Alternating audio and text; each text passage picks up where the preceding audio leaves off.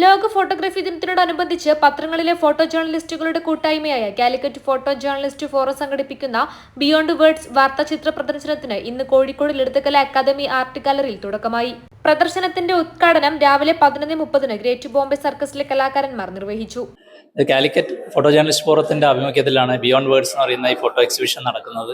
ഇത് കോഴിക്കോടുള്ള പത്ര ഫോട്ടോഗ്രാഫർമാരുടെ ഒരു കൂട്ടായ്മയാണ്. അപ്പം കൂട്ടായ്മയുടെ ആഭിമുഖ്യത്തിലാണ് ഈ എക്സിബിഷൻ നടന്നുകൊണ്ടിരിക്കുന്നത്. ഇവിടെ 31ഓളം ചിത്രങ്ങളുണ്ട്. ഇപ്പം ഈ ലോക ഫോട്ടോഗ്രാഫി ദിനമായ 19-ാം തീയതി ഇന്ന് രാവിലെയാണ് ഇത് ഉദ്ഘാടനം നിർവഹിക്കപ്പെട്ടത്. കോഴിക്കോട് വന്നിട്ടുള്ള ഗ്രേറ്റ് ബോംബെ സർക്കസിലെ കലാകാരന്മാരാണ് ഉദ്ഘാടനം നിർവഹിച്ചത്. അപ്പം ഇതിൽ 31 ചിത്രങ്ങളും വാർത്താ ചിത്രങ്ങളാണ്. അപ്പോൾ ഈ വാർത്തയുമായി ബന്ധപ്പെട്ട ചിത്രങ്ങൾ, അത് നമ്മുടെ വയനാട്ടിലുള്ള ഉരുൾപൊട്ടൽ, പിന്നെ അതുപോലെ നമ്മുടെ ജീവിതത്തിന്റെ പല ഭാഗങ്ങളിൽ നിന്നുള്ള ചിത്രങ്ങളാണ് ഈ പ്രദർശനത്തിലുള്ളത്.